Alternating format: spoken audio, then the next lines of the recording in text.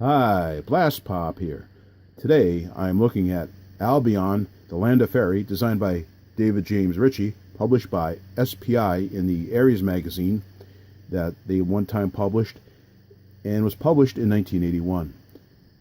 This is related to Great Britain and Ireland during the time of high magic, prior to King Arthur, and with the magic places such as Stonehenge as sort of the backdrop and background for this mythic game.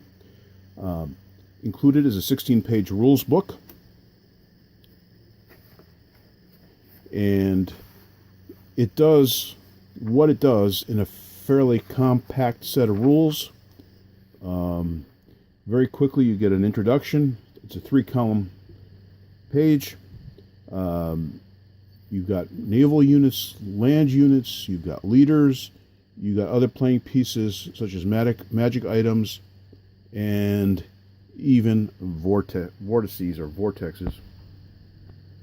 And also included is your initial setup, how to start the game, special rules, sequence of play, or here they call it the course of play. You got a weather phase, enchantment segment, attrition segment, the Formorian player turn, followed by the fairy player, which is essentially a duplication of that. You have your weather, you have removing losses, you have a chart to keep track of combat strengths for units, attrition, recovery and refit, activation, how to move your pieces, special movement, like embarking and debarking. Not much illustration in the rules once they begin here. You have command and control, reaction movement, initiating combat, resolving combat, rules for fortresses and evasion, enchantments, magic items,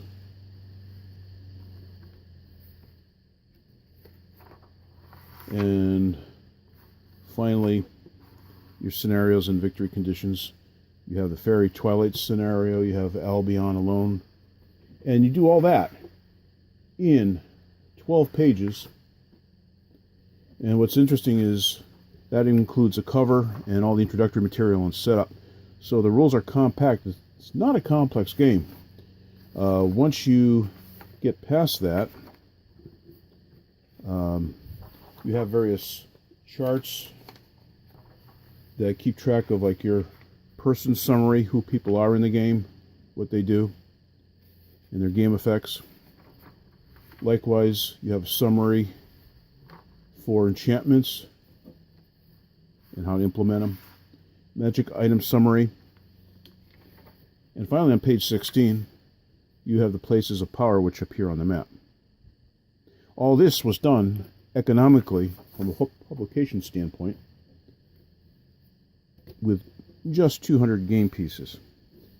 Now, I got a sense that this particular game probably suffered under the fact that it was strictly a magazine game, and with a little extra development and more resources, as well as a larger format and budget, you could have had a game with maybe 1.5 or 2 maps, more pieces, more options, something to give it a non-compact magazine feel, although this game is highly regarded.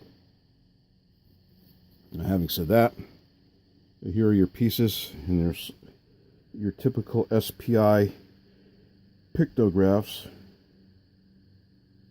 and you have your forces of the Kingdom of Albion, you have neutral forces, you have the Kingdom of the Borderlands. You have a lot of different factions, and really not a lot of pieces.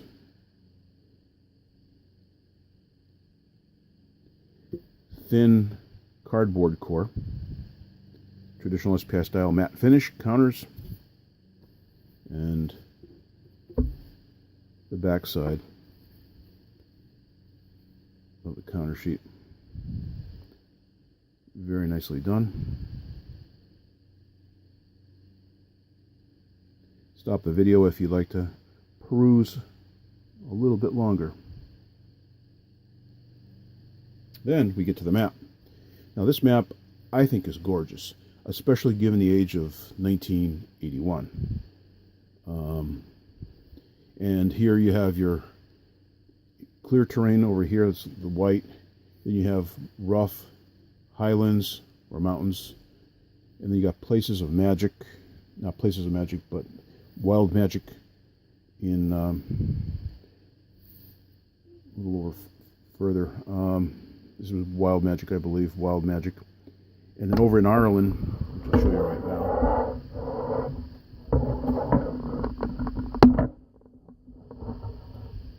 Ireland is full of all kinds of wild magic. And in terms of the map, you have all of your needed charts and tables. You got your terrain effects chart over here. Shows them all, along with your summary of person symbols, discovery table. You have a turn racker track.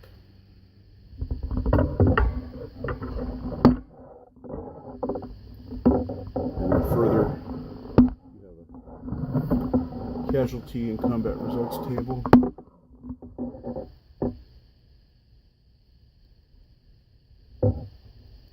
All done. A good number of the charts on the map, which is something I really like because it is convenient for the players, and it's also more economically to be able to produce the game.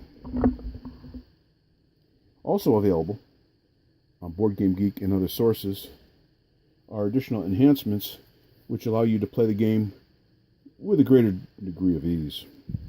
I was able to download and make these cardstock cards off my printer that correspond to magic items and units and magic items and spells and such. Fairly simple to print off. Makes it a lot easier to do than just merely trying to follow a chart, have something in front of you. Hence where I'm saying that this would have probably been enhanced with a bigger budget, maybe a box game with cards and such. Additionally, I downloaded various summaries off the internet as well. So there's a fair amount of love and support for this game. In addition, I downloaded a enchantment summary, an enchantment log, as well as additional copies of the combat strength roster, where maybe again extra markers might prove useful for those people who enjoy using markers to denote combat strength as opposed to using charts to do so. And then a battle board I downloaded as well. What's also interesting is a subsequent game was eventually published, which was a 2-map game, and is looking to be republished in the United States by One Small Step. It's called Volnador, and it's the Nordic saga. Includes 2 maps, and will include areas of Denmark and Sweden, and connects up to a portion of this map here. So this is a game that has been in existence for nearly 40 years and still is having an impact on fantasy and wargaming circles. This has been a review of Albion, the Land of Faerie, published by SPI in 1981. Please comment, like, and subscribe. Bye.